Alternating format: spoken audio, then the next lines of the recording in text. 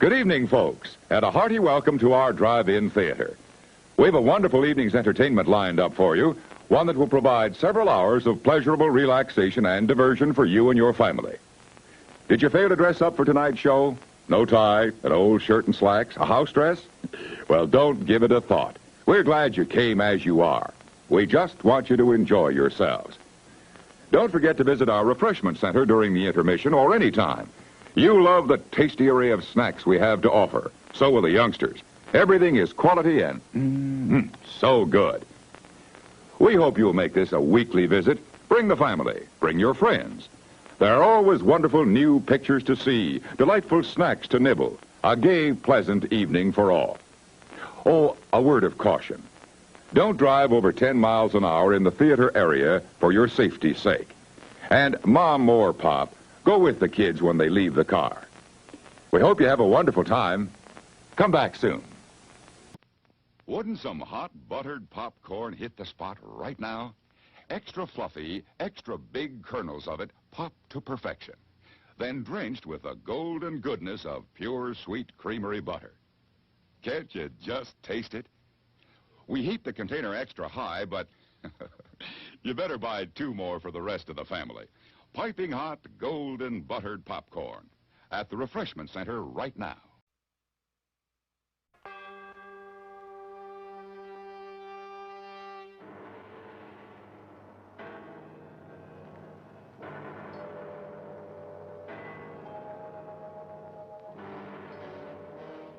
With the swiftness of a deadly cosmic ray, the Earth is invaded by indestructible moon monsters. Their ghastly mission, death for all humans.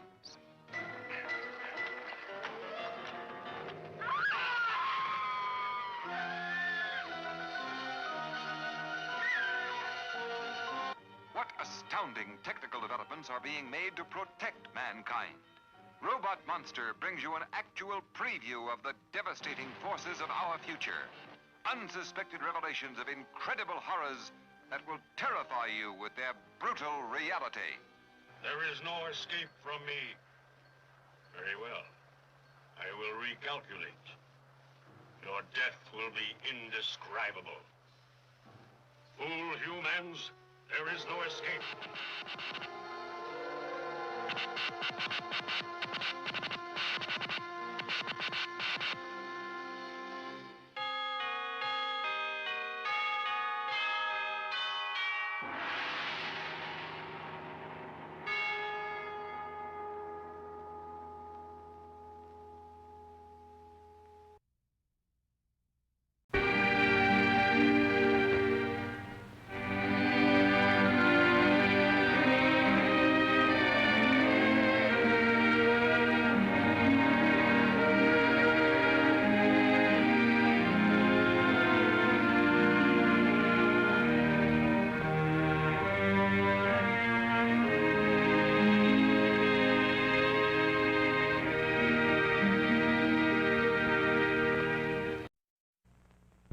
Hey, kids, how would you like to hear this on the screen instead of the great show you came to see?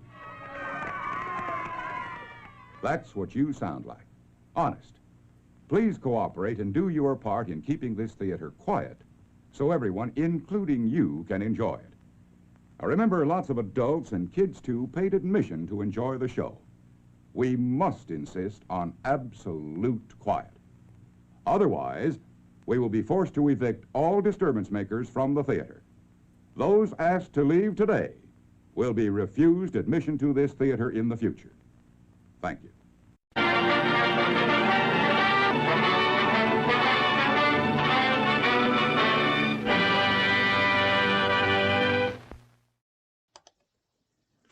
Well, hello, everybody, and welcome to our, January live stream. Hooray!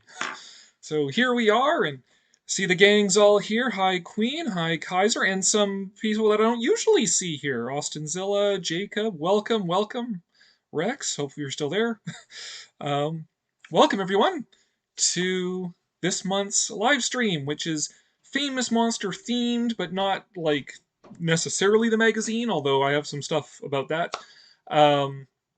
But just generally talking about monsters and stuff like that, and mid-century monster kitsch and monster kids unite and all that sort of fun stuff. And I don't know if you've noticed, new setup here as well. Um, I've decided to make the difficult decision to close my store, my monster store, which necessitated me needing to put my things that I had at the store somewhere. And so we moved things around here at the castle, and so I have some space so that I can put my Kong stuff. I have too many darn Kongs kicking around here, so this shelf is almost entirely Kongs here, and then some other action figures and things. This is sort of my my Captain Company shelf. So you know the back pages of Famous Monsters, all like the cheesy weird stuff. So I've got the X-ray glasses, Vampira there, and so on. And I don't know if you guys have seen, but Trick or Treat Studios put out their 2024 catalog, and in it they have their new Shock Monster mask. So Trick or Treat Studios did a tribute to the Shock Monster before, but now Trick or Treat actually owns Topstone, who are the original makers of the Shock Monster mask. And so they're putting out a new Shock Monster mask, a Shock Monster candy pail, and a Shock Monster action figure. And so I actually want to get the new Shock Monster mask because it looks way better. Like it looks way more like the actual original Shock Monster art does. So I want to get that. So that's going to be right in that spot right there once that comes in. Oh no! And there goes the Hunchback flying. This is the thing I got to get used to here. Is that this stuff is going to come flying off the shelves at me. And yeah, and then that shelf is like the action figures there. This shelf is the Godzilla 5.XL stuff like this, and I'm gonna be and got some Ghostbusters down there. And what I'm gonna be doing over time here is I want to like dress these up and make these like fun dioramas. Like that one's pretty much there as it is, but especially with the 5.XL stuff, I want to like make more fun diorama sort of things going on, and probably do a video about that. Lord knows I'm not behind on videos anyways. I've been having writing block for the last 3 months or so. So working on that anyways. So yeah, I actually had an idea for these shelves as well, to put like frames here that make them look like actual like ads from Famous Monsters of Filmland. But I also found out that printing that sort of stuff and having it mounted on like a foam core and then cut out and whatnot is really expensive. So that might not happen. But we'll see. Plus, it also I realized I had way more Kong stuff than I thought I did. I hoped I could have fit it all into 2 shelves. That did not happen. I might even actually curate my Kong collection a little bit to narrow it down a little bit.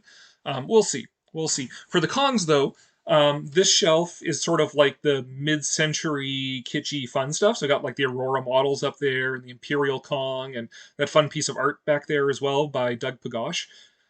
This is sort of Skull Island Kong, more or less. And then, oh yeah, I forgot to, hold on a sec. Got it. Give me 1 second here. Forgot about that. There we go. Now that looks cool. Ish. Haha. Not that you can really see it now with the lighting, but whatever. And then this is sort of like New York Kong, and then actually right behind me, I got the Japanese Kong stuff right there. And the Bates Motel sign, that's new. I picked that up from somebody off of Facebook Marketplace. By Spirit Halloween, but they were done with it, so I got the Bates Motel sign going on right there. And this won't grow too much because I don't have space for anything more.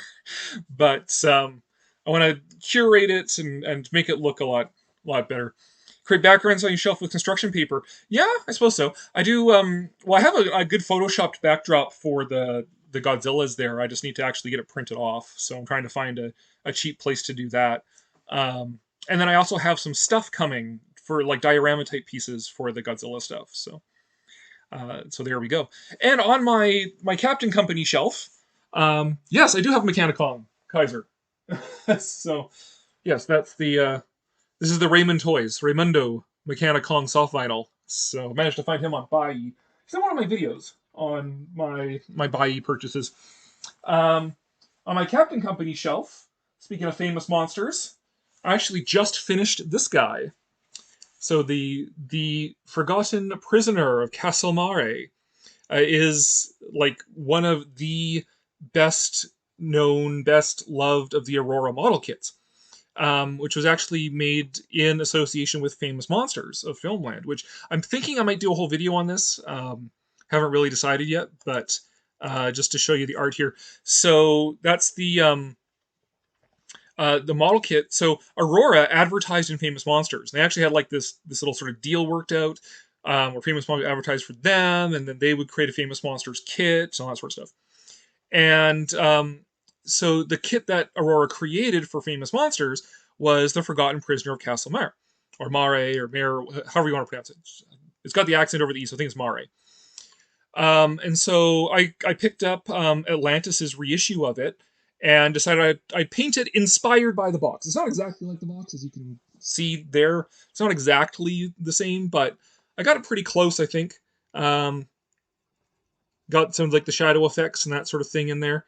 So I tried for something like at least reasonably close to the box there for the Forgotten Prisoner. So that is going up on my my Captain Company shelf right there. But yeah, that's my my newest thing. I finished it. I chose to be done this about a week ago. Just finished it. So my goal was kind of have it done by the time of this live stream. So anyways, that's him. Painted up to have the shadow effect and to be a tribute to the original box art there. So him done, he's going to go sit on top of my pet blob right there. But yeah, Castlemare, yeah. And another thing I wanted to show off as well, speaking of Famous Monsters of Filmland, and talk about that that magazine. You'd watch that video all day? Yeah, I just need to do the research on it. There's you know, a lot of the nitty-gritty history on the Aurora model kits and stuff isn't super easy to come by. It does... Wow, that light really... Sorry, I'm going to turn that off, because that really outshadows everything. There's a book out there on the Aurora model kits that I would like to get a copy of. It's just a matter of actually getting the copy of it. But apparently it's got some juicy information on the Forgotten Prisoner in it that I would need to get my hands on before I actually made a video about it. But that the Forgotten Prisoner is, you know, up the alley of what I talk about on my channel, which is not a kaiju channel, contrary to what some people think, and contrary to where my clicks go. So something I was thinking about today is just like, man, if I really wanted to go after the clicks, I would just do like kaiju. I would just sit there and talk about kaiju, because apparently that's the recipe, and not do, you know, spend hours working on a slideshow thing with, you know, original vintage publicity stills and things like that. I would just sit here and talk about kaiju. But yes, thank you, Jacob, for the compliment on my setup here. Carter Prisoner with the original character, yeah, always called it Castlemare. This figure wasn't based on any character from a movie, true.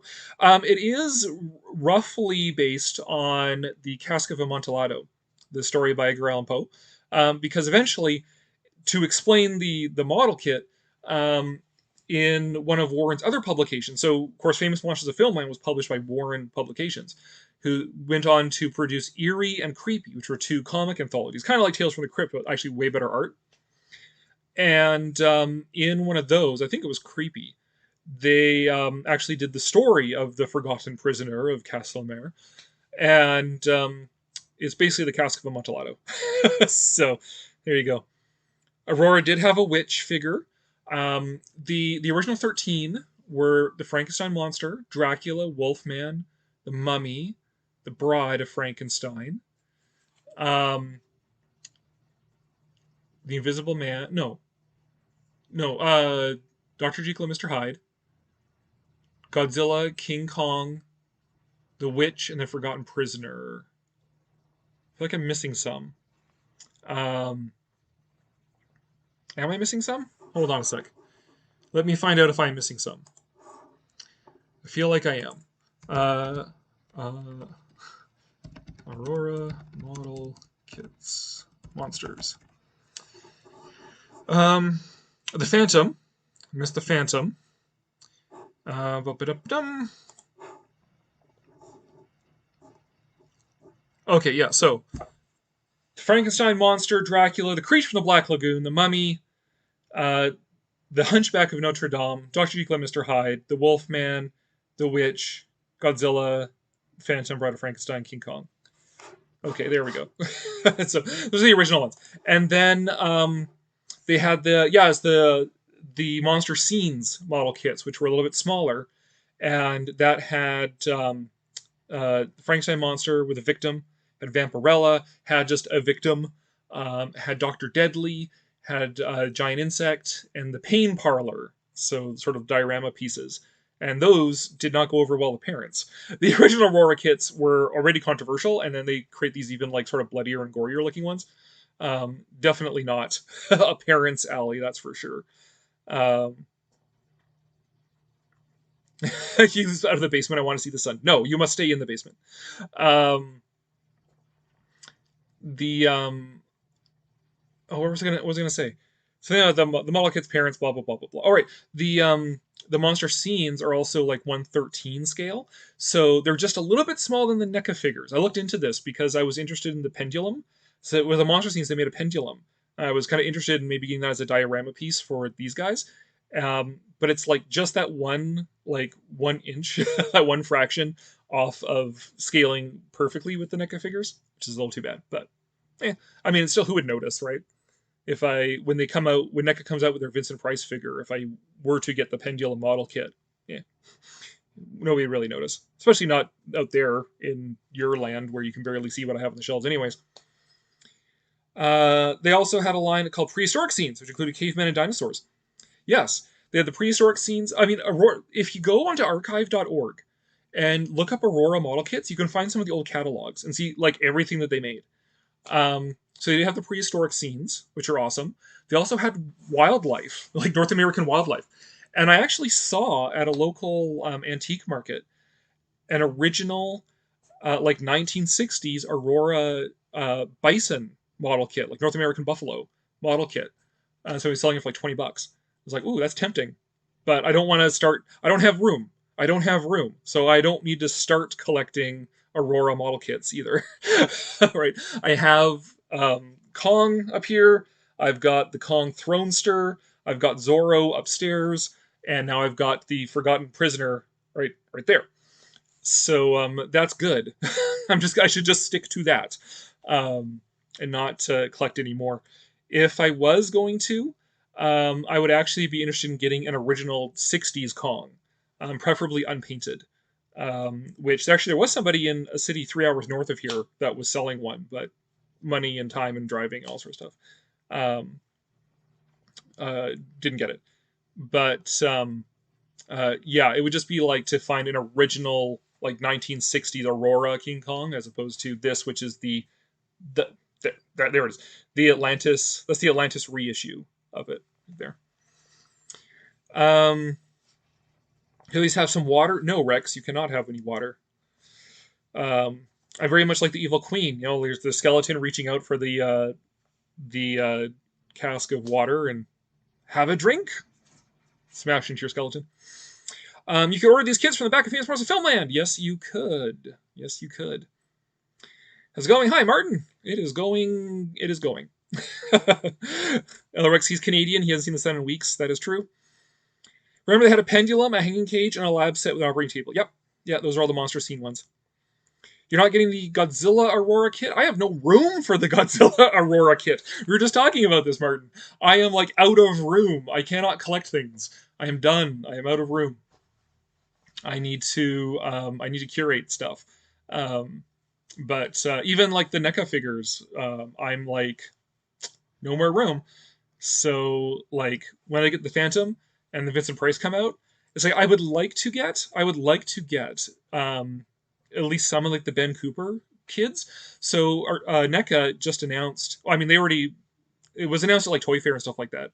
But they finally like on their social media announced the Ben Cooper costume figures. So it's like figures of kids wearing the old Ben Cooper costumes. So it's like the mask with the smock with the character on it. So they're gonna have creature, Frankenstein monster, skeleton, devil, and a mummy, if I remember correctly. And I think I want to get at least the creature one. I want to get at least the creature one. Um, Maybe the Frankenstein monster as well, but it all depends on what's available because NECA hates Canada. But at least get those. But then, I mean, maxed out for space. I will have no more space there.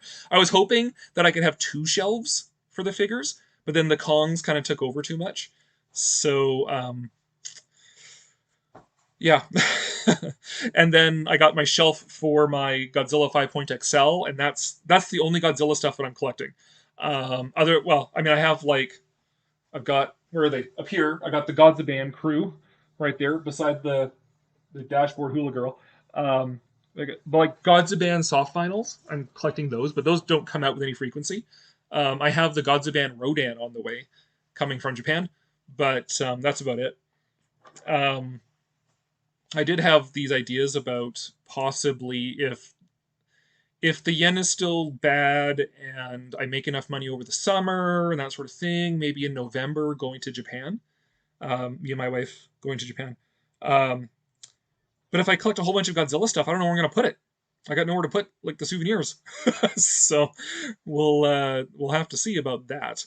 I guess I got the shelves you can't see, but up above Kong over here is actually a bunch of Transformers. And up above the Captain Company shelf is a bunch of fossils. So, space is pretty much used up here, which tells me that I gotta not collect as much stuff. I gotta cool it down, which is fine because nobody even watches my unboxing videos. So whatever. Right? Remember, Aurora also had kits based on Star Trek, Lost in Space, Batman, Man from U.N.C.L.E. Yep, pretty much anything that there was to license, they would license it. Which is why I have like the Zorro model kit. The Disney Zorro model. They also had Lone Ranger as well. In fact, it's the same horse. Silver and Tornado are the same horse in the Aurora kits. I did not see Godzilla -1 color. I'm not sure how I feel about it. I mean, I could have, but the thing is, and I've said this in videos before, and I'm saying that like a question because I'm not sure that I might remember saying it in a video that hasn't been published yet. But like black and white is a different medium than film, than color film. And you do different things with it. So you can't just take a color movie and make it grayscale and then just dump it out and it will look alright. Like it doesn't work that way.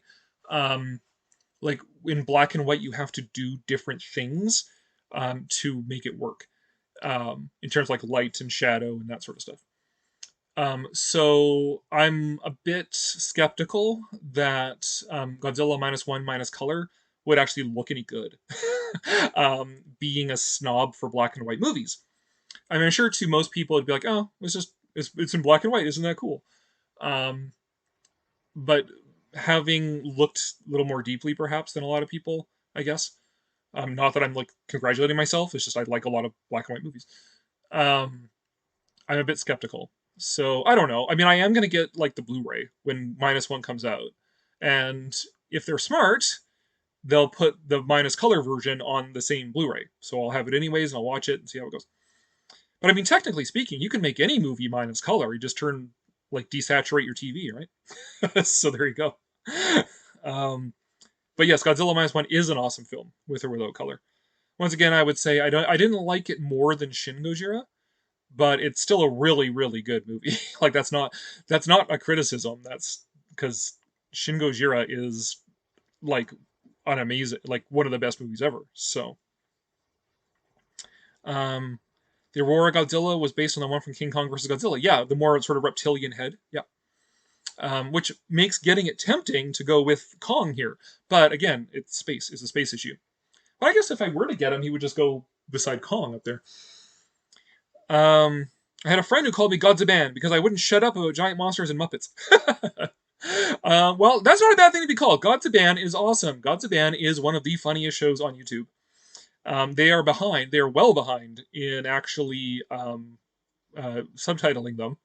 But Godzilla is an awesome show, and I love Godzilla, and it is hilarious. And so there you go. You tell your friend that thank you when they call you Godzilla. If anyone here hasn't seen Godzilla minus one yet, highly recommend it. Yep. Who here hasn't seen Godzilla minus one yet? Come on, get on it. If you subscribe to this channel, you should be watching Godzilla minus one already. Godzilla minus one was snubbed by the Oscars, like it matters. It should have been nominated for Best Foreign Picture. Yeah, it should have, but the Oscars are dumb. So whatever. And I hated the Oscars before the whole Barbie and Margot Robbie and Greta whatever thing. So I come by it honestly. I've actually said for years now, perhaps even decades at this point, that the only category that matters at the Oscars is Best Sound Editing. Because Best Sound Editing is like the de facto best science fiction, fantasy, horror, or war movie category. Like if you look at what has won Best Sound Editing, that's like a who's who and what's what of like greatest sci-fi and horror movies of the last 80 years. Yeah. It's a tough choice for me between Godzilla minus one and Shin Godzilla. Yeah, well, they're very different movies, right? And I mean, you don't really have to pick which one you like more. I just happen to say that I like the one more.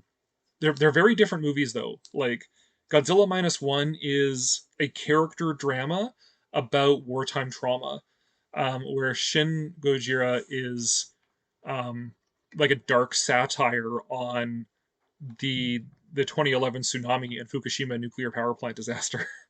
So they're very different movies, which is really interesting. And this is what I actually like a lot about the Reiwa era, like the current era of Godzilla stuff, is that they're like all of these like crazy experimental films. Like you watch the anime trilogy, you watch Singular Point, you watch Shin Gojira, you watch Minus One. I mean, you can even include the Monsterverse in this. Like they're all very, very different. It's like the art film era of Godzilla. So it's really interesting, just how different these movies are. I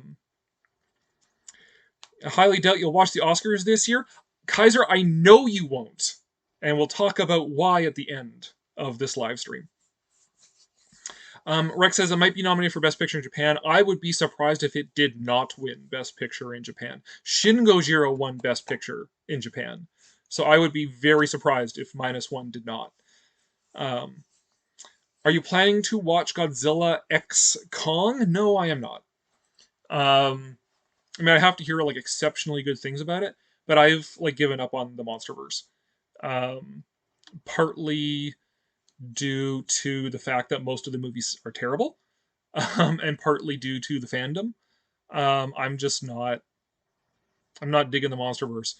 I mean, the whole like Scar King thing seems like it could be interesting.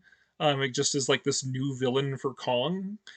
Sort of in the Kong pantheon, you've got like just a small handful of villains like Mechanicong, the T-Rex, Godzilla.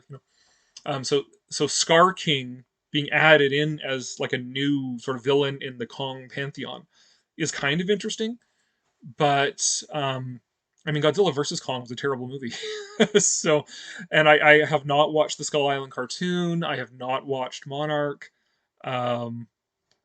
So I just no, I'm not planning on seeing Godzilla X Kong. Trailer for that film is like a superhero film. Yeah, I have seen Shin Ultraman. In fact, my wife and I had like a private showing of Shin Ultraman because we went to the theater that was showing it, and like up to like 5 minutes before showtime, it was just us and this other couple, and then one of the people working at the theater came in and said that if you're here for Top Gun Maverick, it's actually in this other theater, and so the other couple got up and left. and then she looked at us like, did you hear me? It's at the theater. Like, yeah, we know. We're here for Shin Ultraman. And she was very confused because like, who would know what Shin Ultraman is? So we actually had like we had a theater entirely to ourselves to see Shin Ultraman, which was fun. The movie itself was fine. I didn't do a review of it, but in fact, I'm not even sure if I was really doing the channel at the time that it came out. Or it might have been on my hiatus as I was working on the store. I kind of didn't make videos for a while.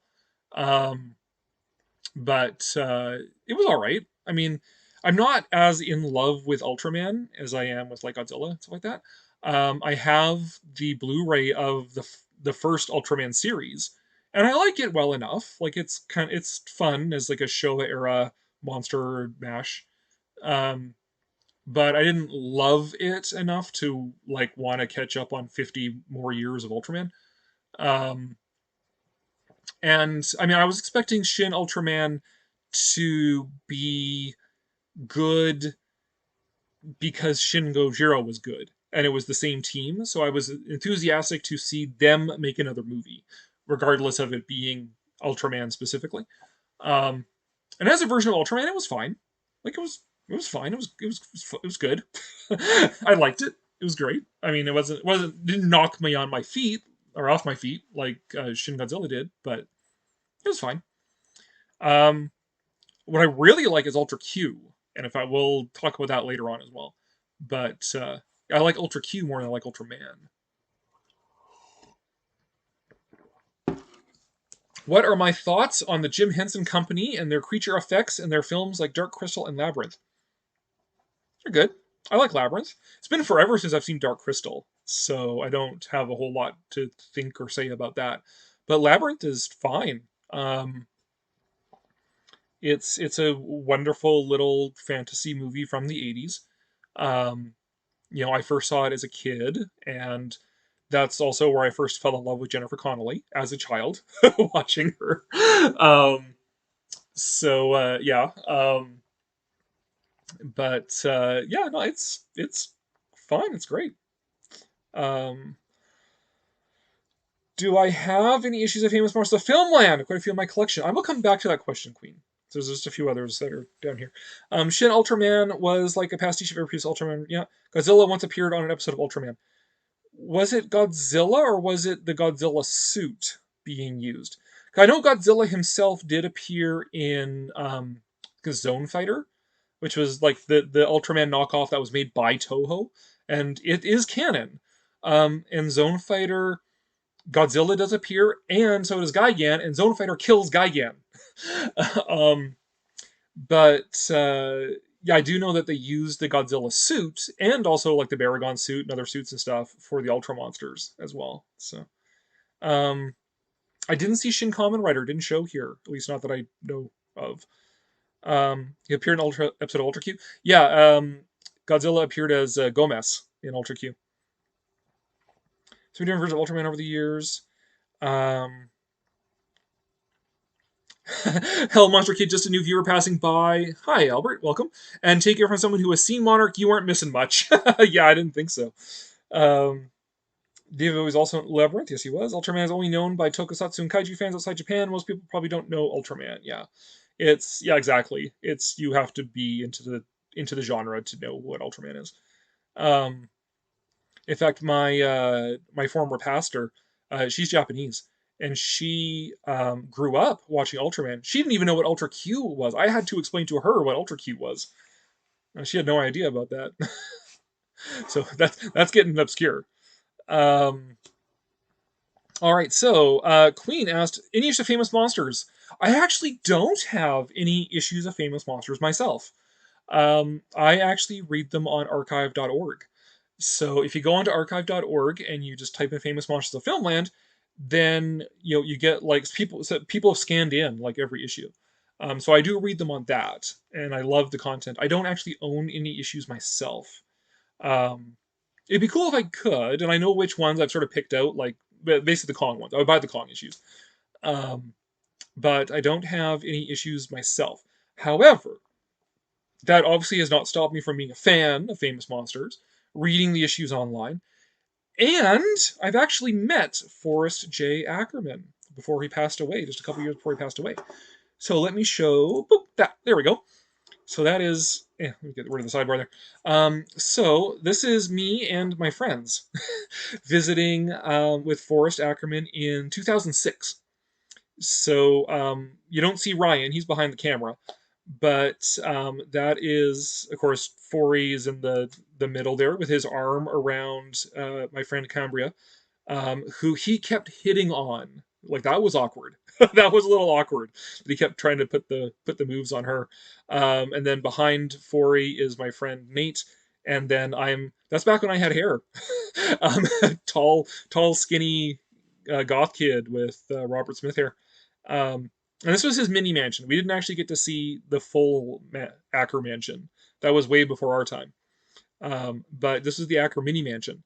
And so we got to see his collection of what collection he had of masks and props and things like that.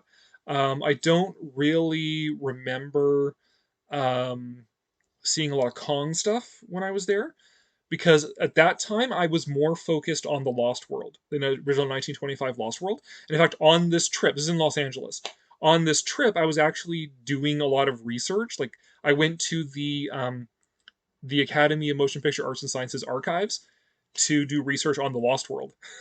So I was really interested if he had any Lost World stuff yet, because I know at one time in the big Acker mansion, he had the original, the stop motion models, at least the armatures from the 1925 Lost World.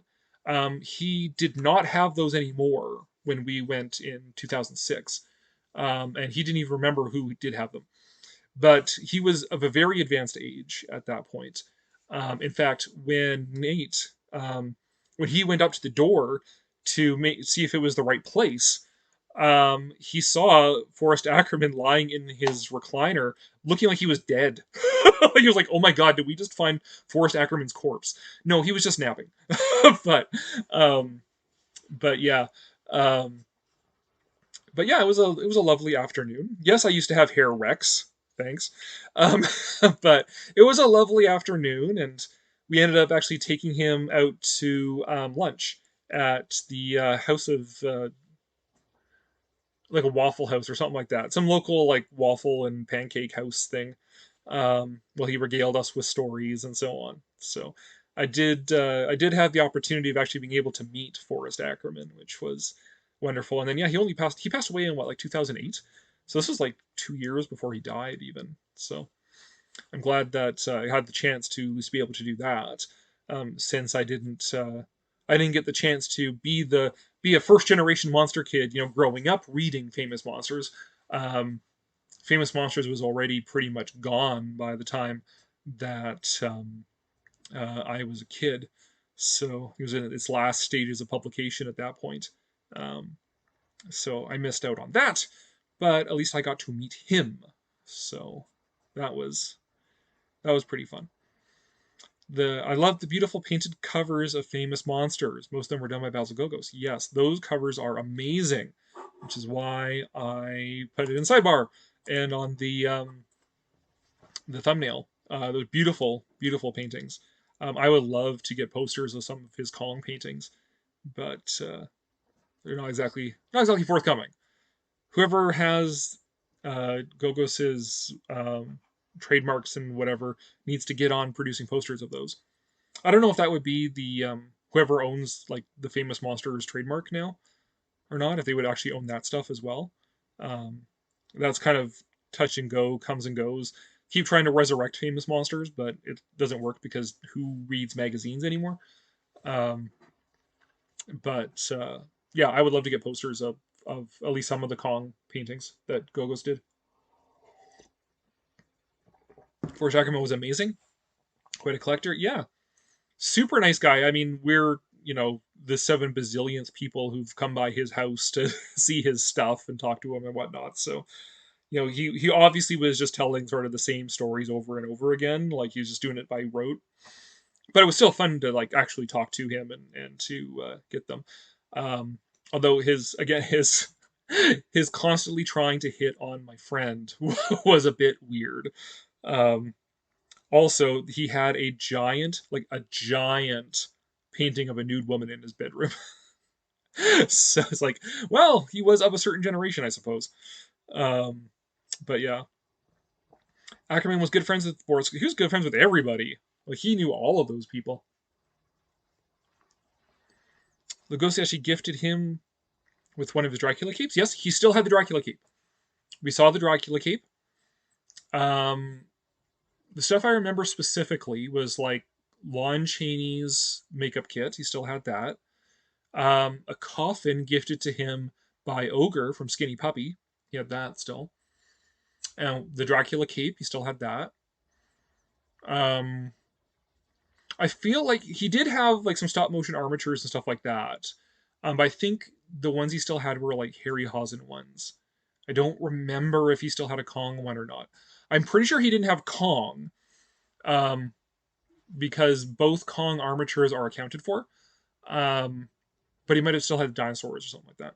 I wish if I could go back to then and pay more attention to that side of things, I would have done that. But I did check my photos that I took, and I didn't see any. So, um, didn't grow up with Famous Monsters, but my grunkle uncle had old copies of similar magazines by Paul Blaisdell. Interesting. Yeah, I mean, there's always, of course, the knockoffs. Even Warren themselves made a Famous Monsters knockoff. Monster World magazine was another one, which to me is amazing.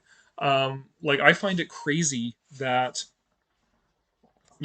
EC Comics had like 7 different titles that were all basically the same thing. It was Tales from the Crypt and Haunt of Fear and The Vault of Horror and Shock Suspense Stories and Weird Science and whatever, Weird Fantasy. It was all basically the same kind of stuff. So it's like just the creativity to just pump out all of this content. And then Warren, they had 2 comic anthologies, Creepy and Eerie, and they had Famous Monsters and Monster World. It's just like, oh my god. And most of that was like written by Forrest Ackerman. It's just like, holy jeez, you guys. It takes me like months to come up with a video. Yeah. Ackerman knew a lot of creatives in Hollywood. He was also friends with Frank Frazetta, who did covers for monster magazines and novels. Yeah. And I mean, he was best friends with Ray Bradbury and Ray Harryhausen, the 2 Rays, as well. Like, they were childhood best friends. Frazetta was an amazing artist, yeah, definitely.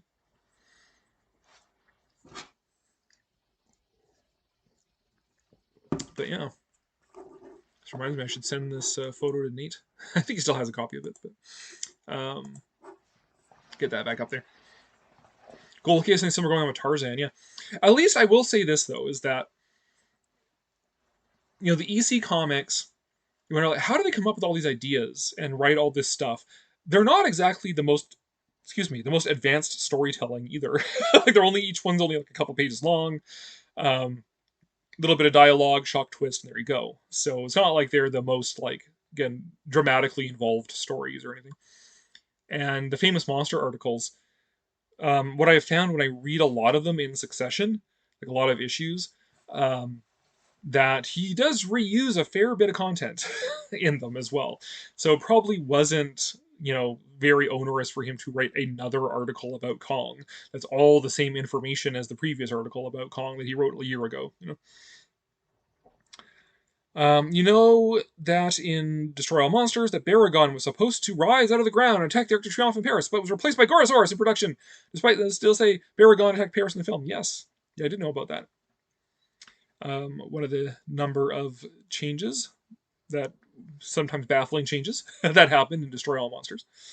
Still love it, though. Destroy All Monsters is one of my favorite Showa-era films, certainly.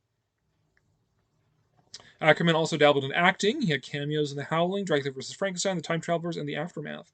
Yeah. Don't remember him in The Howling. Wow.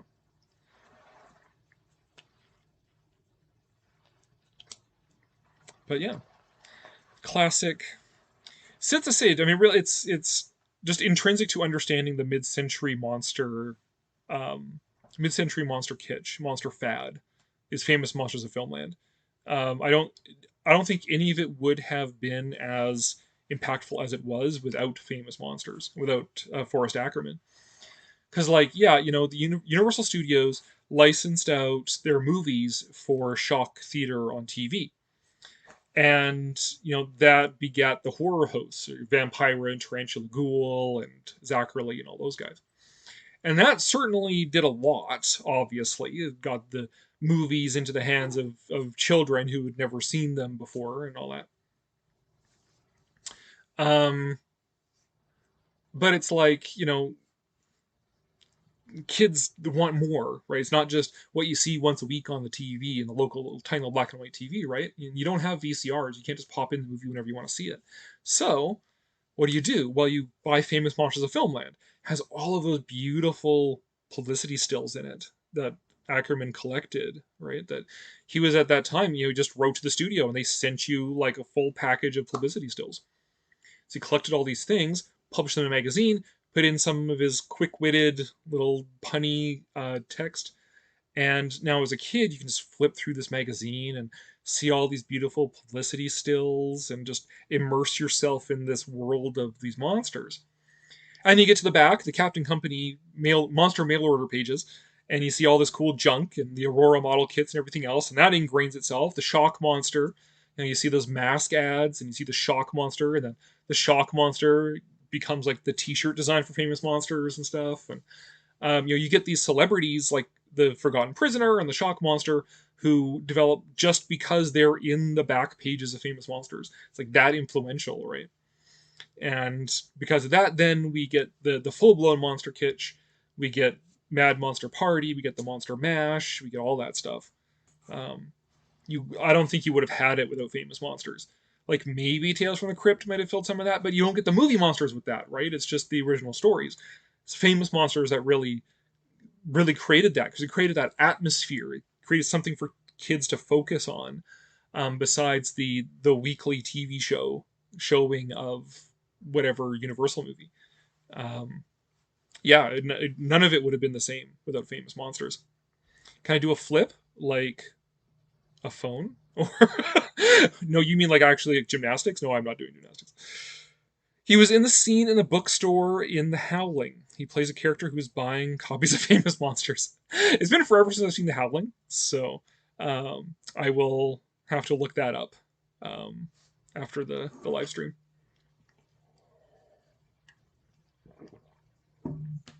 Yeah, the last time I saw The Howling, I was a teenager, which was a good chunk of time ago. Yeah, I had a friend who was really into werewolves, so The Howling was like his jam. I was more into vampires, so it was like The Hunger at that time. Yeah, I'll have to keep an eye out for that. I wouldn't have known who Forrest Ackerman was when I was a teenager, so I wouldn't have noticed what was funny about that scene. But you do know how to. As a teenager, I did take some martial arts, so I can't do a full flip, but I can certainly do a proper roll. But we're not going to do that for multiple reasons, including the fact that I am old and physically incapable of doing something like that anymore. Thank you very much. I'm at the point now where it's like it hurts because I sat too long, let alone trying to do a flip.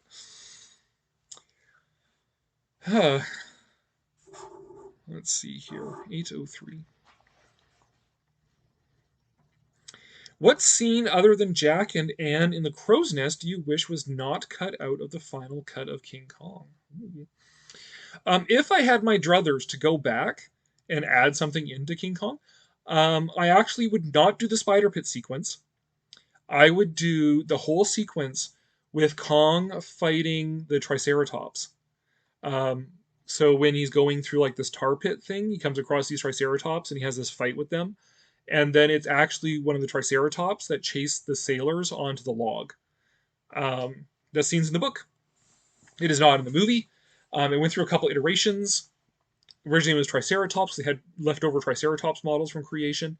Then it was going to be an Arsinotherium because they had a leftover Arsinotherium model from creation. Then it was going to be the Styracosaurus, and that got far enough that they actually made publicity stills with the Styracosaurus. But then they cut it because they realized that actually we can tighten it up by just having the sailors chased onto the log by the Brontosaurus. Right, just directly from the Brontosaurus to the log. But if I was going to add a scene back in, I would add in that whole fight with the Triceratops. That to me is like, that would be the stop motion tour de force. Right? Everyone's so obsessed with the spider pit sequence. But it's like, come on, Kong fighting more dinosaurs. Like, totally. I would get behind that, and I think taking out the spider pit sequence um, was very smart, actually, because who cares how the sailors die? Because like they're not characters, they're extras. They're not the story, right? Whereas the Kong fighting with the Triceratops and then Triceratops chasing the sailors, that is more directly tied in with the actual characters, right? Because it's Kong fighting the Triceratops, and then it's Triceratops chasing specifically Jack and Carl, who are characters. Um, the spider pit sequence, it's like, yeah, it would have been cool stop motion stuff to see, but like it doesn't matter how the sailors die because they're not important. They're not important to the story. So they fell and they died in the fall. Perfect. All right, good, done. A lot of kids who grew up with famous monsters became professional filmmakers. People like Stan Winston, Joe Dante, and John Landis. Yep, exactly. So, I mean, I talked about just the influence of famous monsters on monster kid culture, let alone, all of these great filmmakers, especially of the 80s, right? That's when, Stan Winston's, Joe Dante's, and John Landis were most active and doing their best work. So, like, film itself would have been different if not for famous monsters. Like a lot of those people might not have gotten into movies if not for famous monsters. So I wouldn't change a single thing about Kong. Yeah, I mean overall, I mean there are things I could see changing. Like for example, having Jack played by Joel McRae. um, but I mean, as it is, I am perfectly content with Kong as it is. And the only regret is that it's not. Is that I talked about this before. We talked about this in the live stream I did on Kong. That I don't want to make it longer because a longer movie is worse. But I do want to be more in that world, right? Like that world of Skull Island, that world of 1930s New York, that world of taking a tramp steamer around Indonesia, in Son of Kong. Um, that world that's created in Kong is magical. And I would love to spend more time steeped in that world, which is why the book is really good. Because, I mean, the book itself, the 1932 novelization, is not a great piece of literature. But what works about it is that it slows you down. You have to slow down to the pace of reading. And you are reading your way through this story. And there's more scenes in it than are in the movie. And it plays to different strengths. Like the book is not very visual because it's a book. So there's more dialogue, more character work in the book. So you get to just steep a little bit longer in that world in the book. The collection literally is me just wanting to spend more time in the world of King Kong, right? And that's especially why my collection is like 99% the original Kong, right? I got some of the Japanese stuff down there because I do love King Kong Escapes, and I do enjoy the 1960s cartoon and just Japanese Kong stuff in general because I like Japanese and kaiju stuff and whatever. It was mostly the 1933 film because it's the 1933 film that I want to be in more. I want to steep in that more. So it's not so much like I want to make the film longer and have it last longer. It's like I want to be in the film, not getting eaten by Kong or dinosaurs, mind you, but being in that world, right? So hence the collection, hence why you should read the novelization, all that sort of stuff. And Famous Monsters, right? Like flipping through the magazine and reading those articles, getting steeped in that world of those monsters and things. Do you watch Wacky World Lounge? They recently changed the name to Atomic Snack Bar. I don't, but that name seems familiar. I might have come across their videos if this is a YouTube thing. But I will look up Atomic Snack Bar. It's definitely a perfect film, Kaiser? Yes. It is a practically perfect film. King Kong is. Although I do get the odd comment on my videos from people who are like, actually, like, let's be real, like, movies from before 1970 are pretty cringe, so, like, whatever. Like, I'll take off. You're on the wrong channel if you think that, buddy. Actually, plus less spiders is always better choice in life. Yes. Well, I haven't made you watch the Black Scorpion yet. So, because that's where some of those models went. Um, Willis O'Brien kept some of those spider pit sequence models and put them into the Black Scorpion. So, Peter Jackson made his own version of the spider pit sequence. Yes, he did. Is it probably even longer than the original would have been? Yes, it is. Um, so, because Peter Jackson's opinion is more is better. They probably wouldn't survive that fall, so having them get eaten is a bit of overkill. Yeah, exactly. And plus, just narratively, like, they fall, they die, that's it, they're gone. All you need to explain is why the sailors aren't there to attack Kong, right? Why is it just Jack? We need to get rid of the sailors. Why? What are you doing? Well, you have this big disaster. Boom, there you go, they're all gone. That's the only narrative purpose it serves. So they die in the fall. Boom, done, good. Okay, move on. Because the story is Kong and Ann and Jack. It's not the sailors. Contrary to Peter Jackson. And again, I sympathize. After everything I just said about steeping in that world, I sympathize with Peter Jackson wanting to make a longer movie, to be in that world more, to meet all the characters. I understand. It's just don't. Because then you create a worse product overall. Because you want to, but you shouldn't get everything you want, right? Famous Monsters used to run writing and filmmaking contests in their back pages. Cory once rented a theater so they could have a film festival showcasing amateur movies. That is awesome. I know about the contests. I didn't know about the theater. That's awesome. Famous Monsters had a model making contest once, and their orders for Aurora model kits tripled in sales. Yes. In fact, the issue where they show the winners has Kong on the cover. It has the Kong kit on it. I still have not gotten used to this. Okay, has the Kong kit. This one kid's kit bash of it where it's Kong. Use the Aurora Kong kit, but it's attacking like a subway, like in New York. It's a great cover. Yeah, love the Black Scorpion. Yeah, it's all right. I mean, it's not great, but it's fine. The 76 Kong didn't have a spider pit sequence either. It didn't even have dinosaurs. I know, right? One of the reasons I haven't bothered watching that version. Like, yes, I have to admit, I am a Kong fan who has not even seen the 76 version because everything I've heard about it is so bad that it's like, why bother? I'm just going to watch the original again. Thanks. And steep in that world again, right? How can you not have dinosaurs? I complained about this with Kong Skull Island as well. That they tease dinosaurs and they don't give us dinosaurs. Like, come on. You can't do that. But that said, if I ever do get to go to Hawaii, I will very definitely go to that movie ranch and see the giant skull of King Kong and the Triceratops. Of course I would. I'm not going to turn that down just because I don't watch the Monsterverse movies anymore. Jackson remade the Spider Pit twice for a neat recreation and for his remake. Yep. Just a random snake. Yeah.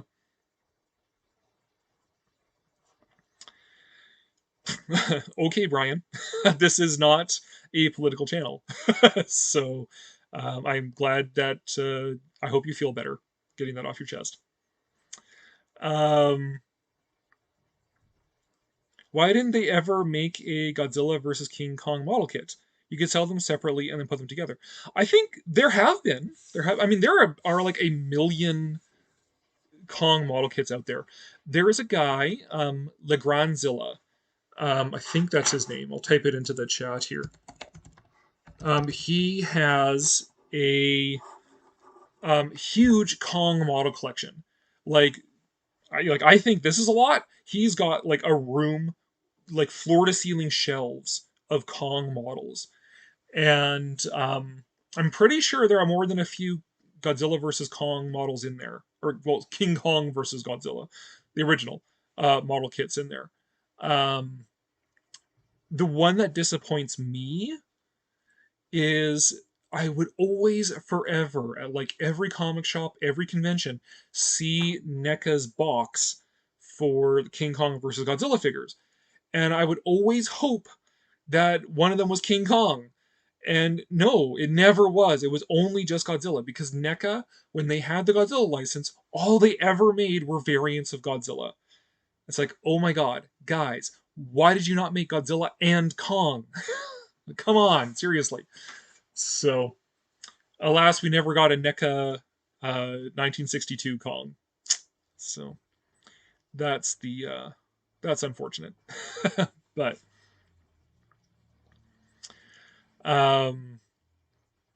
yeah. But otherwise, yeah, no, there are model kits out there. So, but model kits also cost a freaking arm and a leg as well, which is unfortunate. Aurora model kits, I actually did I probably mentioned this before.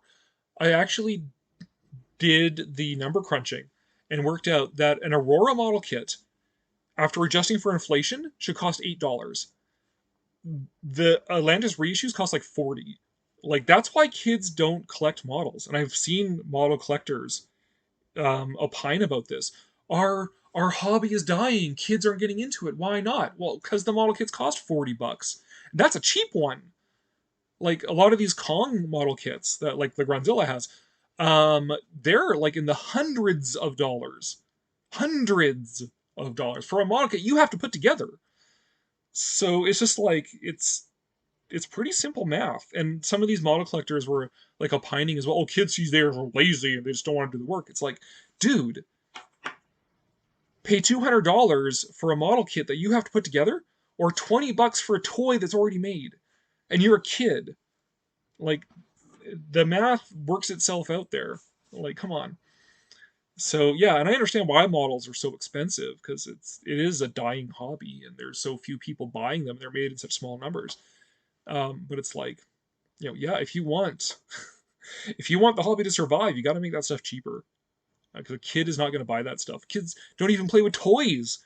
Kids play with Fortnite and stuff. Anyways, blah. All right. Oh, Martin's met Legrandzilla. A cool model maker, seen some defense person. Nice. Kaiser, what about a Frankenstein meets the Wolfman model kit? I am sure that is... No, I've seen one. I saw one today on Facebook. I am in Universal Monster Collector groups, and I am in Aurora Monster Model Collector groups. And I saw somebody, one of those groups, posted a Frankenstein meets the Wolfman model kit. So they are out there. I've always wanted a model kit based on Plan 9 for Outer Space. There is one! I forget who makes it. Polar Lights, maybe? But somebody does make... It's actually a reissue of the original model kit for the spaceship. So, contrary to popular myth, the spaceships in Plan 9 are not pie pans.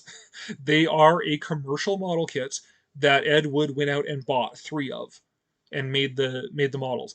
And a company, I forget which one off the top of my head right now, but they have reissued that model kit, and it actually has the pieces so that you can either make the original model kit or you can make a Plan 9 version of it, like with the changes that they made for Plan 9. I actually would like to get one, put it up on my Captain Company shelf.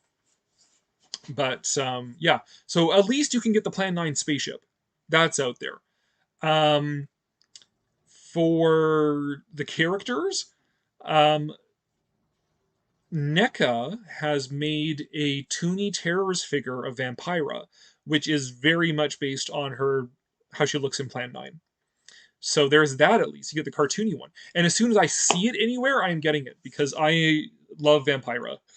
Vampira is awesome. And yeah, so I definitely want to get that Toonie Terrors figure if it ever pops up where I live, which is not a given, because NECA hates Canada, as I always say. Tor Johnson would be impressive as a figure. I would actually, since we're on this topic, I would love for NECA to make them. I mean, I've said before that because they've made the Elvira 8-inch figure, I would love a Vampira one as well to match that. Even though I prefer their like 6-inch scale to the 8-inch scale. But either way, I would love for them to do a Vampira figure.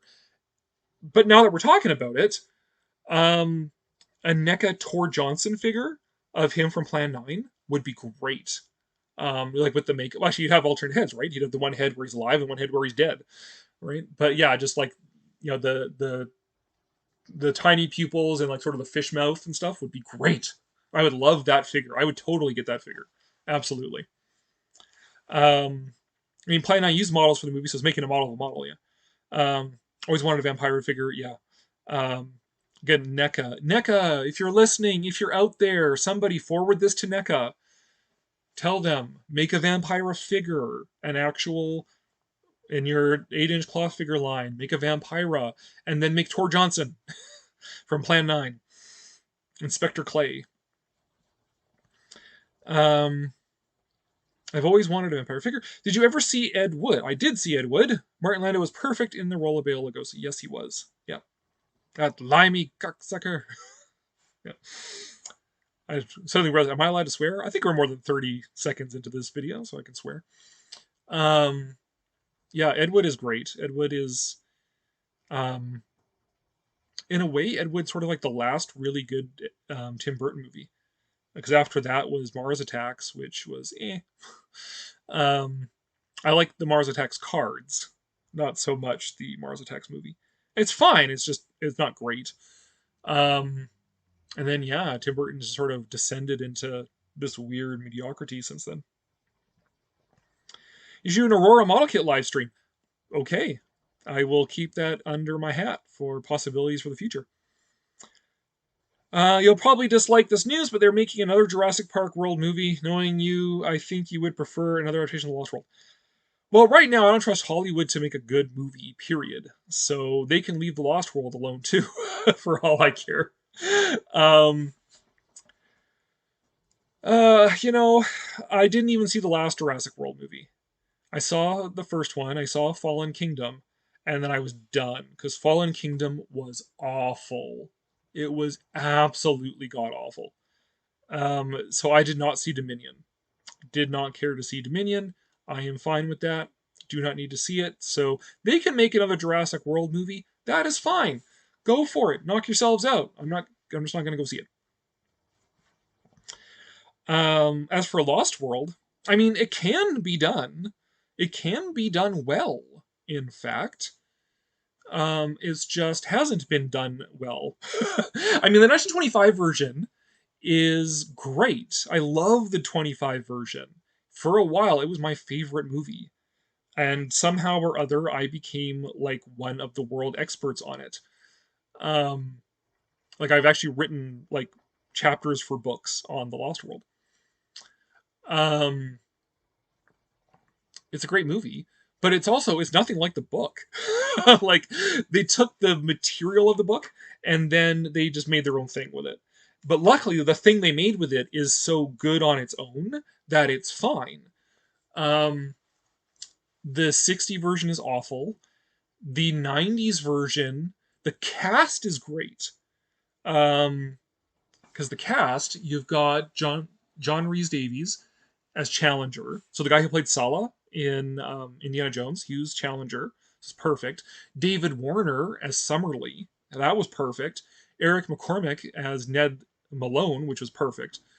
No Roxton, though, because Great White Hunters were out of fashion. So the cast was fine, but the movie was bad. And then, I mean, I did see the 98 version. The movie, which was terrible. The TV show was terrible. I mean, there's way more bad versions of Lost World than good ones. That's for sure. So, and the 2005 BBC version was, the first episode was okay, but then it went off the rails in the second one. I don't know what they were thinking. The only other adaptation besides the 25 version, the only other version of Lost World that I find passable is actually the Alien Voices audio drama. So Alien Voices was this company that was run by Leonard Nimoy and John Delancey. So the actor for Spock and the actor for Q. And what they did is they did these audio dramas of classic science fiction, scientific romances, so like Jules Verne, H.G. Wells, and so on, using primarily Star Trek alumni for the actors. So they did The Lost World, which had Armin Shimmerman, so the actor for Quark. he played Professor Challenger. The actor who played Barkley, Dwight Schultz, he played Malone. And Roxanne Dawson, so the actress who played B'Elanna Torres in Voyager, she was Summerlee. And John Delancey was Roxton. And it was fine. It was great. I actually really enjoy it. Again, they make changes to it, but actually, curiously enough, one of the things they actually kept was the colonial genocide in it. They actually kept where they meet these ape people and they exterminate the ape men. They actually keep that in there. But they do it with this tone of like, oh my god, what have we done? Which I think that's a perfect way of changing that, where you keep it in there, but you just change the tone of it. Is fine. So the Alien Voices audio drama for the Lost World is actually really entertaining. They also did Mysterious Island, The Time Machine, First Men in the Moon, Journey to Center of the Earth, maybe. And then they like gave up and did Spock versus Q because they have Leonard Nimoy and John Delancey. But I always felt one they should have done was King Solomon's Mines, but with like, of course, all black actors, right? So like Avery Brooks and Nichelle Nichols and Tim Russ and all those actors when they were still alive. LeVar Burton, you know. King Solomon's Mines with them would have been great. That was a missed opportunity that they probably didn't even think of. So, oh well. How about a video about the Aurora model kits line? I sort of have a video about that. My video on the Aurora Kong models. I do have an opening sequence about the Aurora model kits in general. And then I will probably cover a lot of that ground again when I finally get around to doing a video on the Forgotten Prisoner right there. So, I don't mind another Jurassic Park film. Okay. Do you like Dinosaurs Attacks? Yes! I love Dinosaurs Attack. I have a complete set of the cards. They're not down here. They're upstairs. But, yeah, I love Dinosaurs Attack. That is the one I actually grew up with, right? Like, Mars Attacks, I know of in retrospect. And I love them in retrospect. Dinosaurs Attacks, I collected as a kid. And I love Dinosaurs Attacks. Dinosaurs Attack is great. I don't think it's Jurassic Park either. Jurassic Park is great. Jurassic Park 2 is even great. Jurassic Park 3, meh. The original Jurassic Park, the ride, when it was fully functional, was great. Don't like Jurassic World, though. I wish they would tackle a few other properties dealing with dinosaurs, like Land That Time Forgot. Yeah, sure. I mean, again, I don't even watch Hollywood movies anymore. I mean, I guess I'm going to see Dune. Dune Part 2, because we saw Dune Part 1, and I did enjoy it, so... But, I don't know, I wouldn't... Not chomping at the bit, I didn't even see 65, because I heard such bad things about it. It's like, not worth it, whatever. But, yeah. Actually, yeah, Kaiser, Turok Dinosaur Hunter would be great. Like, if they based it on the animated, like, direct-to-video animation. The Turok direct-to-video animation is great. I mean, the animation quality is, like, meh, because it's direct-to-video. But, the story and how they do it is great. Like, Turok is, like, this man with this savagery in his heart who doesn't belong in the polite society of indigenous people, you know, however long ago it is. But then he goes to this valley with dinosaurs, and, like, that's where he belongs. This savage soul that belongs in this savage world. Like, it's great! I really liked it. So a live-action version like that, made with that kind of sensitivity, with actual indigenous actors as well, and decent special effects, and not stupid Hollywood writing, and make it, like, ultra-violent. Like, don't beat around with, like, DEI, inclusion, whatever, blah, blah, blah, all that sort of stuff. Make it, like, this ultra-violent, almost sadistic movie with dinosaurs. And it would be perfect. Um, why didn't they ever make Sherlock Holmes in Lost World? That story practically writes itself. People have written that as like fanfic, um, but yeah, no. um, Have you heard about Despicable Me 4? No, I don't know. I don't really. I've seen some Despicable Me's because I have a friend who loves them and wants to show them to me, so he shows them to me.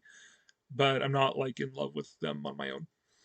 Um, yeah, the 1925 they cut out the natives on the Tepui and only one ape man and a chimp. Yeah, exactly. They wanted to focus on the spectacle of the dinosaurs, not on the whole ape person storyline. Which understandable. I can imagine Professor Moriarty going to the Lost World for nefarious purposes and Sherlock Holmes following him. Yeah, yeah. Didn't like Dune at all. Okay, kind of like 65. Okay. I also like to see a Turok movie based on the Gold Key comics. Yeah, sure. Turok started as a Dell comic book. Yeah, I'm not as familiar with the comics. That's why I focused on the animation, um, because that's the main Turok I have in mind when people talk about Turok is that cartoon, and that cartoon was great. I really enjoyed it. I don't know why I got rid of the copy of it. Probably because I was just like, don't watch it anymore. Um, they should do another adaptation of Carnosaur. Yeah, sure. I don't know. Why not? Eh. Apparently, Despicable Me 4 is the fourth best, not counting the Minions films. Let me guess. They're in order from best to worst of 1, 2, 3, and 4. I don't even remember them. They had like some jokes. I smiled sometimes, but they didn't like knock my socks off or anything. I've also the same friend also has shown me like all the Ice Age movies, which eh. The only time I really laughed during an Ice Age movie was the one where they went to the center of the earth. It was the dinosaurs, and the nut was sad that Scrat had found a mate. That was the only time I actually laughed out loud during an Ice Age movie. So, um, in my head canon, Lord Roxton was Sherlock Holmes in disguise and was part of the Challenger expedition. Sure, why not? Um, the comics are cool. Turok is blind, and they call the dinosaurs honkers. Turok is blind in the comics, really? Huh. That'd be quite the twist, Queen. Yeah. Yep. Exact ranking. How could I predict that that would be the ranking of best Despicable Me movies? Um, Sherlock Holmes is Lord John Roxton. One of his aliases that he's doing. Actually, we've been on a bender. My wife and I we go on these benders of watching the show Elementary. Um, like we'll watch like just 3-4 episodes a night for like an entire week.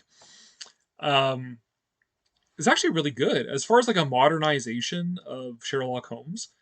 It's got Johnny Lee Miller as Holmes and Lucy Liu as Dr. Watson.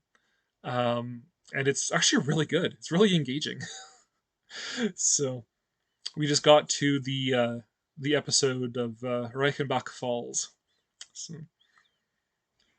do you think Land Before Time should get a remake? Yeah, I mean it was made in the 70s, and 70s movies are typically kind of meh. So, I mean, it could do for a remake, sure, why not? Um, it's just doing it right, you know? I would want to see it done very much in that pulpy Edgar Rice Burroughs style. And I don't know that anybody makes movies like that anymore. I mean, if they were going to do a remake of Land Before Time today, you know what it would look like, right? It would be all blue filter. It would be very hard to see anything. The color grading would be terrible. Um, and everybody would be changed, and it'd be, um, strong female character, and you would hardly see any dinosaurs and whatever. And it would just, I don't know. You know exactly what it would be if they made it today. Um, in theory, you can make any movie, any good movie. Would it actually happen? I don't know. Plus, Edgar Rice Burroughs has had a kind of a rough go of late. I mean, the last real big attempt to make an Edgar Rice Burroughs movie, but there was that Tarzan with was it Alexander Skarsgård that nobody watched, and there was John Carter, which was a fine, like it was an okay movie. It wasn't great, but it wasn't bad. Um, I have a copy of it, but it was so thrown under the bus by Disney that nothing happened with it. I mean, what do you? So I don't know. Would anything happen with Edgar Rice Burroughs? The last popular Edgar Rice Burroughs movie was Disney's Tarzan. That was 1999. So I don't know. And he has a brother in it who joins him in the Dinosaur Valley. Cool. They could do it with CGI. Well, yeah, of course. I remember it was a bit dark. Those dinosaurs were actually orphans. Which dinosaurs again? What are we talking about? Oh, those are Land. Oh, God. I was thinking Land of Time Forgot, not Land Before Time. Oh my God, that was a whole pointless rant, wasn't it? Land Before Time. I don't know why. Why bother? The original Land Before Time is fine. Leave it alone. Let it be its own thing. And it's 120 sequels. No. Don't need to do a remake of Land Before Time. God, I can't believe I totally mixed those two up. And just went off on a total rant. Sorry about that, Queen. Wait, Land Before Time about the young dinosaurs finding or the yeah, exactly. Yeah, sorry, Rex. Yeah, I totally mixed those up. Yeah, I think Queen was referring to the animated film. Yes, yeah, she was. Skarsgård was a decent Tarzan. The movie was terrible. Yeah, I can see that. So the last good Tarzan was the Disney one. Oddly enough. Well, I mean, not oddly enough at the time. At the time, it made sense. Now, it would be like, what? Disney made a good movie?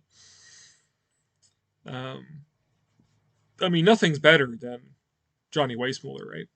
The old 30s Tarzan movies. Although, as I continue my series on RKO, I will be doing a video on the 40s Tarzan movies made by RKO. So that'll be something.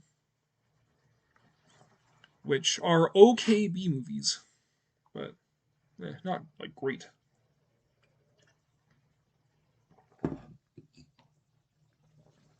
Yeah, Edgar Rice Burroughs was not involved with Land Before Time. I've destroyed my credibility. No one will take me seriously now. OMG. Alas, that's it. The channel's over. Cancel it. It's done. I've lost all credibility.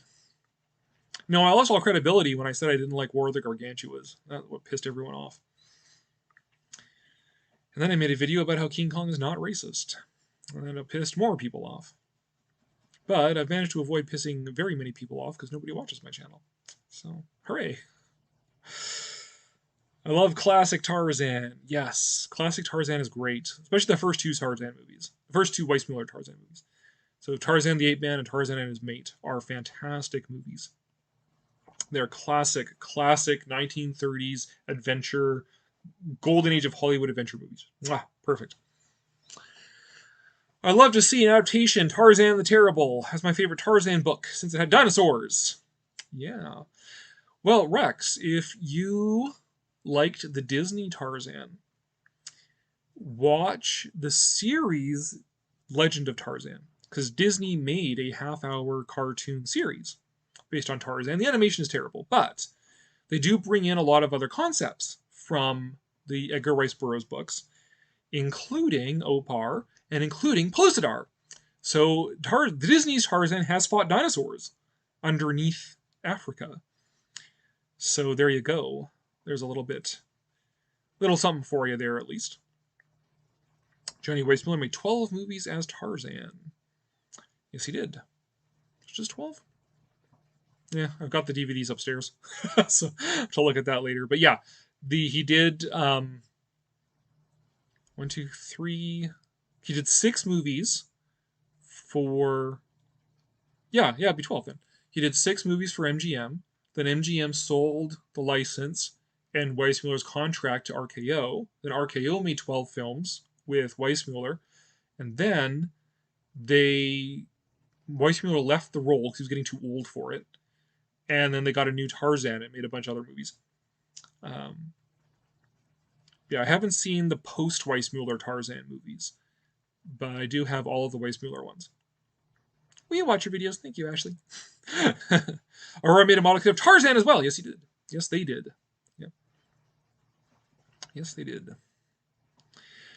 I would say, well, it's hard to say like a single favorite Tarzan book, because like the first 3 Tarzan books were like one story. Anyways, like it takes 3 novels to sort of get to the archetypal Tarzan that is just like this archetypal pulp character.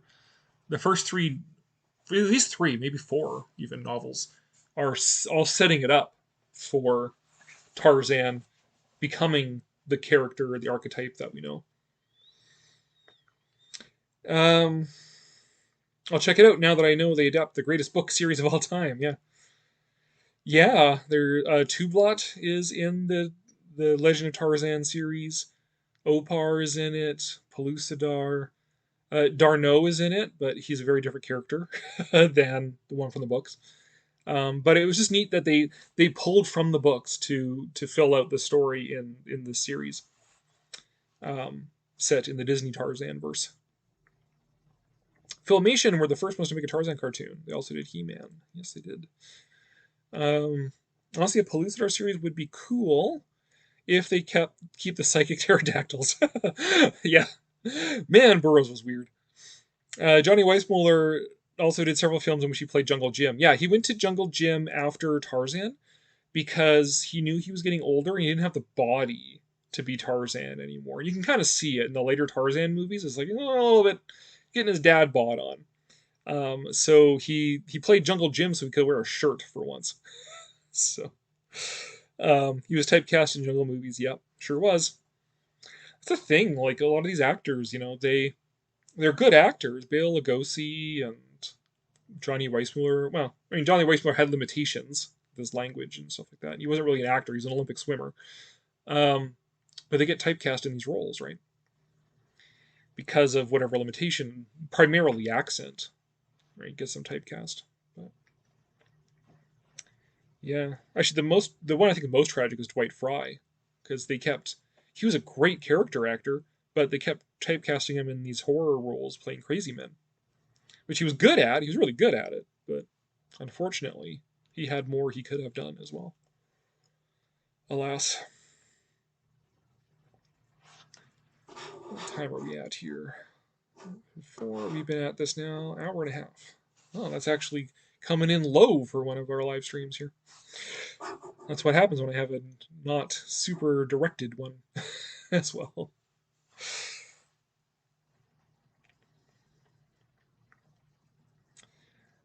Well, did we run out of topics? I guess. Chatting about all that. I don't have too much Tarzan stuff, though. I don't have a lot of those collectibles. I mean, if NECA made like a Johnny Weissmuller Tarzan figure, I would get it for sure. But nobody knows. Nobody cares. It's not going to happen. Whatever. It's not horror, and NECA doesn't really give a crap about it anyways. One thing I would like to actually, if I had space, I kind of want to get more like RKO merchandise, right? Like I would love figures or statue or something of like Fred Astaire and Ginger Rogers. Now that I'm like doing the series on RKO pictures, I said I have nowhere to put it, right? So, or a model of like the RKO globe, like that half a globe with the radio tower on it. I would love a model of that, but haven't seen that kicking around anywhere.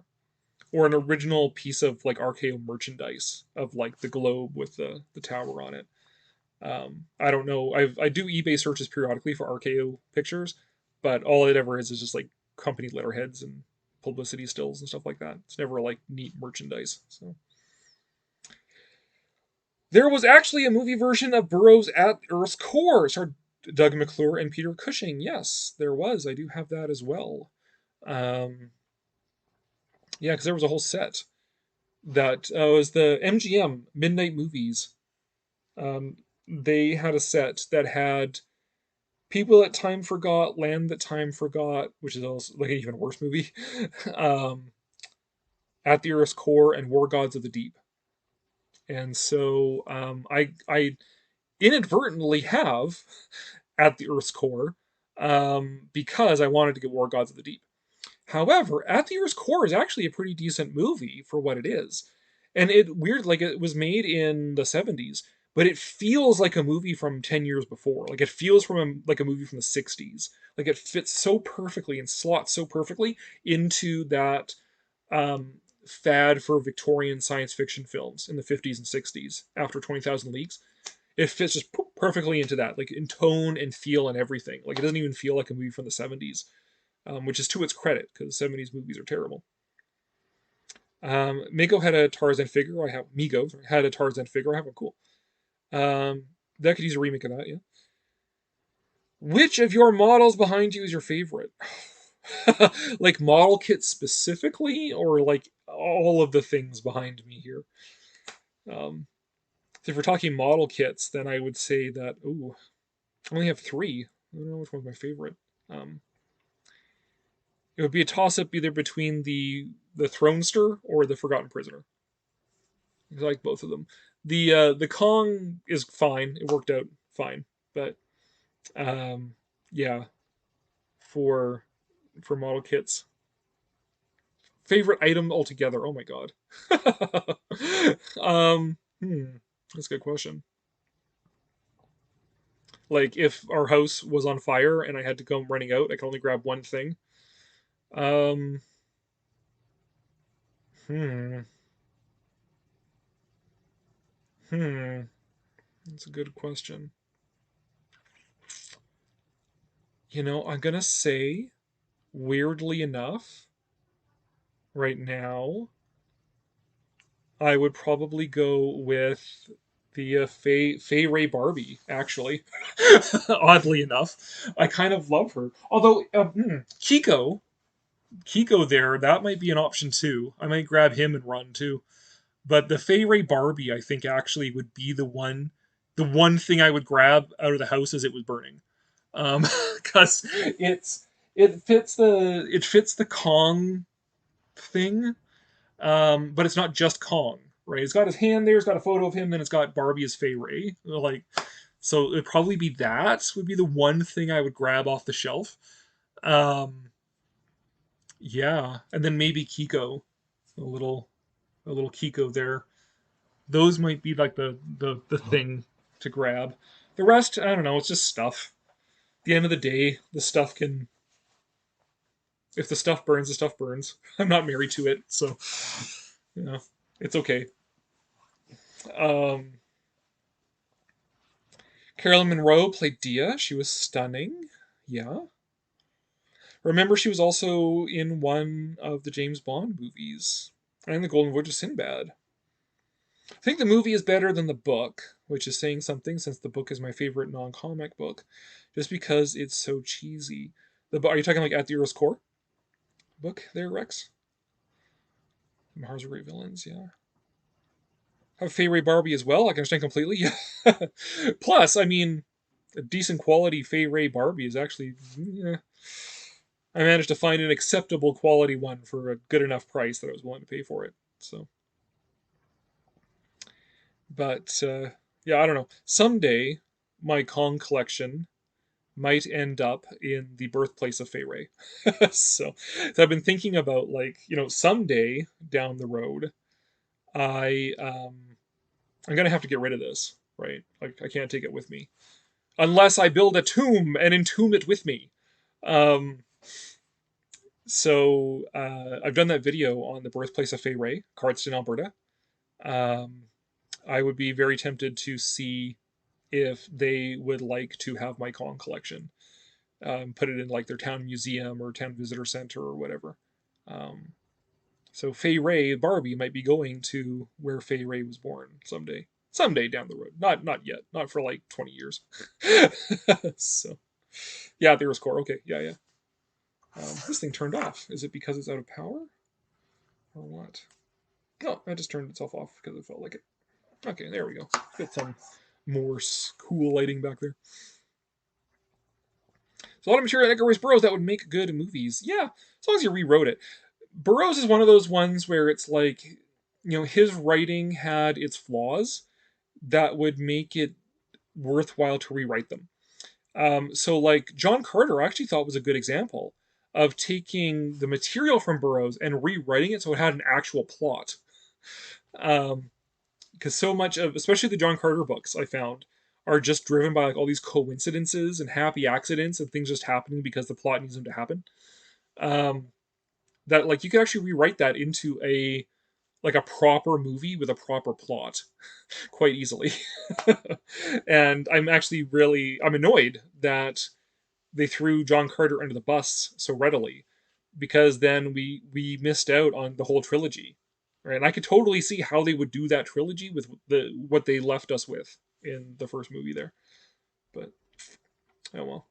It is what it is, right? If people liked the stuff I liked, then well, I'd have a lot more subscribers. So whatever. I have that X Plus of the Meat Eater that you have on the shelf, and got on Christmas a long time ago. Unfortunately, I don't have the Kong, but I think the NECA Kong figure I own is a good stand-in. Yeah, the NECA Kongs are great. Yeah, the X Plus Kongs are good, but I'm almost thinking I might get rid of one because I don't know that I need two of them. I mean, I suppose I should. Well, should I get all three, or should I get rid of one? I'd probably keep the one with Fay Ray there. Like they're great. They're great likenesses. I mean, they look like perfect. They look like 33 Kong. They're great figures. Great soft vinyls. I just don't have space. So I don't know. Maybe I'll get rid of one. It depends. It's kind of a bit at that stage of like, I mean, I do have space back there, and I should get risers and start stacking things so things are more visible. Like this is new, so this setup I'm going to be playing with to figure out the best way to do it. But I'm almost at the point where, like, if I want to buy something new, something else has to go. Like, I don't have space. So, and in fact, I still have stuff in boxes. Like, I have, back from 2006, I have these beautiful Haunted Mansion toys. These action figures they made with these full, like, diorama sets, these backs and things that they came with. I would love to have them displayed and have, like, like a shelf of Haunted Mansion stuff. But I don't got space. So, and I have about like a foot of clearance that way. So I can't become like a Toy Galaxy or something like that and have just like this huge backdrop of toys everywhere, which also is like, then you wouldn't be able to see anything, so what's the point? Anyways, whatever. But yeah, I might have to start curating a few things to fit other things that I want more in there. Too bad John Carter completely tanked. Yeah. His books were more about the world than the story. Yeah, definitely. Disney did no promotion for John Carter. Once they acquired the Star Wars license, they didn't consider it important anymore. Oh my god, I have opinions on John Carter. I would be tempted to do a video if I thought anybody would bother watching it. Love the one with Fay Ray. Yeah. Yeah. Oh yeah, the X Plus figure there. Yeah. That's the best one of the bunch because it's, the one that doesn't have anything in his hands. It's obviously Kong. Like it's a great likeness of 33 Kong. It's just kind of like, well, yeah, it's just Kong, right? The one with Fay Ray there is great because it's holding Fay Ray, right? That's just like the Kong is the one holding Fay. They also did one with him holding a stick, which is not the one that I have, which would be the one that would actually pair with the Tyrannosaurus. I do not have that one. I don't feel like paying $50 to $100 for a Kong with a stick when I already have two other Kongs that I already paid a bunch for. Not. Why didn't they ever make a figure for 76 King Kong? I don't know. They did have merchandise. They did have toys. I actually saw the board game at a local antique market as well. Stuff's out there. 76 Kong stuff is out there. It's just it wasn't a very good movie. It didn't do very well at the box office, so they didn't make a whole lot of merchandise for it. And they especially don't now. I mean, maybe. Probably Japan would be the ones to do it, because Japan make far more King Kong stuff than we do, like on this side of the ocean. Um, like it's even surprising that NECA made the Kong figures. It's only because of the Monsterverse, anyways. Like the only reason that Mezco and NECA and stuff are making Kong stuff is because of the Monsterverse. Um, but oh, that keeps turning off. I guess the batteries are whatever. Um, but 76, I don't know. Japan though, like they were always making Kong stuff. So maybe we'll get around to 76 Kong at some point. Check out Bai. Go on Bai and just type in King Kong and look for 76 stuff. Not even Aurora model kit. Yeah. Well, Aurora wasn't even active by that point. Aurora's, I think it was bought out by Monogram or something at that point. Also, the Dragon from the Seventh Voyage of Sinbad and the Griffin from the Golden Voyage, but I wish I had the Cyclops since it's iconic. Boo. But there you go, Martin. I would watch a John Carter video. Okay, good. Not enough people talk about burrows.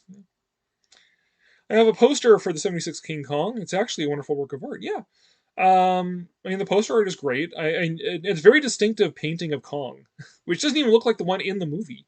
But I can always tell, you look at it, oh, that's a 76 Kong, all right, with how he looks. But that's great art. Don't get me wrong, it's just the movie itself was something. You should make a model kit of that poster. I feel like there's gotta be one. There's gotta be a 76 Kong model kit based on the poster. I love the 76 Kong ripoffs. Honestly, they're more fun than the movies. That wouldn't surprise me. Queen Kong and stuff like that. Yeah. I have not gotten into all of the derivative of Kong, like Konga and all that sort of stuff. I have not gone down that rabbit hole. Maybe someday. Maybe someday I will do a video about it. But yeah, again, it comes down to what I love most is the original movie, right? So, seeing like all of these riffs and cash-ins and B movies and stuff isn't necessarily high in my list of priorities.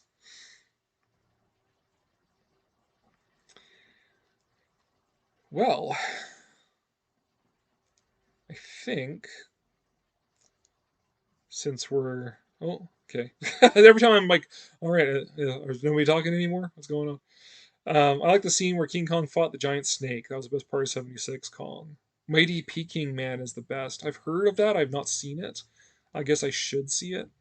There's also Banglar King Kong, like the Bollywood version of King Kong. I've watched clips of it. I've not watched the whole thing. It looks interesting as a Bollywood ripoff sort of thing. I might have to make a point of that. Maybe someday. Now that I'm closing the store, I'm gonna have a lot of extra time, so maybe I will. Once I'm done the RKO series, I will get on to watching all the ripoffs of Kong. That'll be my next project or something.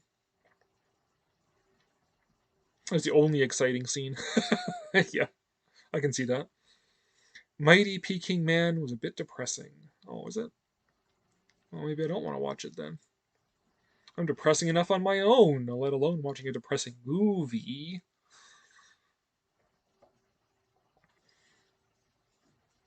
Oh, don't spoil the ending. I'm gonna.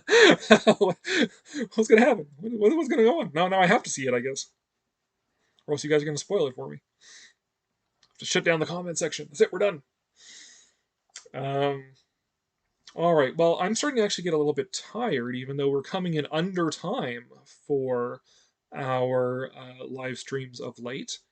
So I think we're gonna do the usual, looking at next time.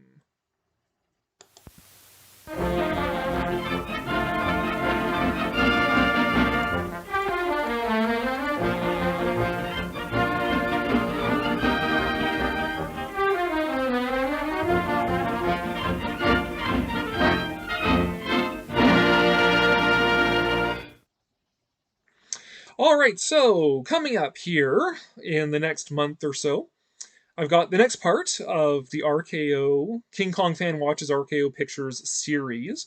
We're going to be looking at, in this one, Dolores Del Rio and her career. One of, in my opinion, one of the most beautiful of the classic Hollywood starlets. And the 3 films that she made for RKO, and how the film Bird of Paradise actually had a huge impact on King Kong itself. So we're going to be looking at that. And then after that is the next one, which is part 3 on Ginger Rogers and Fred Astaire. So, and more so talking about sort of what makes Golden Age of Hollywood what it is, right? It's not just that they're old movies. That Golden Age of Hollywood is like a style of movie. And so I'm going to be talking about that in the context of Fred Astaire and Ginger Rogers and those movies that they made for RKO. So those are the next 2 videos coming up, and they are done. They're in the can. They are loaded and ready to go. This one that I am presently working on as well is a good King Kong musical, even possible. So this is reviewing the 2 King Kong musicals that exist, which are the Broadway musical and the 1990s direct-to-video cartoon musical of King Kong. And talking about musicals, and I guess with Fred Astaire and Ginger Rogers, I was on a musical kick. So just talking about, like, could you even do a good King Kong musical? So that one is, I'm working on that one right now. So we'll see if when that actually happens. And then going back to my series on movies that are so great, I actually, this case, a TV show that is so great. I need to boost my numbers a bit, so I'm going to do another kaiju video, but this time on Ultra Q, which is one of my favorite TV shows, like hands down. It is a fantastic TV show, and I want to talk about it. So I am working on this video as well. So we will we'll see when that comes out, but it should be coming out here in February at some point. Yeah. Is he already talking about the the musicals? Yeah, I got opinions about the Broadway musical. Animated, yes, the animated Kong was a tough watch. If you want to do your homework, it is on YouTube. But and then the next live stream. So we're gonna do things a little bit differently. We're not going to have a live stream in February. I'm gonna push that back a couple weeks because mid-March is the Oscars. And I do not care about the Oscars. I do not care even one bit about the Oscars, at least the modern Oscars. And that's because I don't care about modern Hollywood, but I do love classic Hollywood. So I was thinking, do something a little bit different here, Oscar night, for those of us who don't give a toot about the Oscars, to have our own little Oscar party looking at old movies. And I'm thinking of some stuff to do. We might do some polls of our little academy, voting on our favorite movies, best movies of classic Hollywood, of Hollywood's golden age.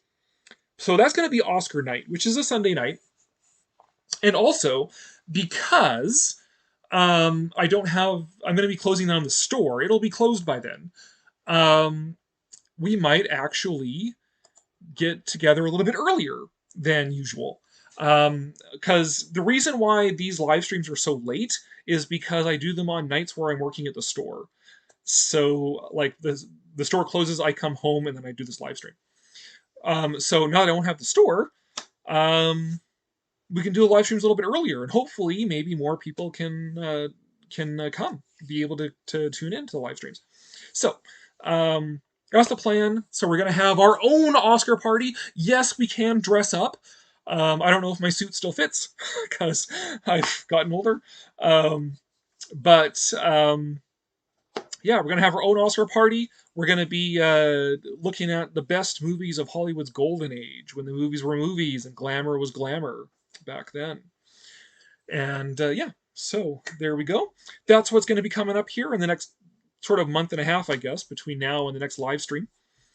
So with that, thank you very much once again. It's good to see the gang back together. And for those of you who don't usually join us, thank you for joining us here tonight. And so we usually do this about every month or so, although this time it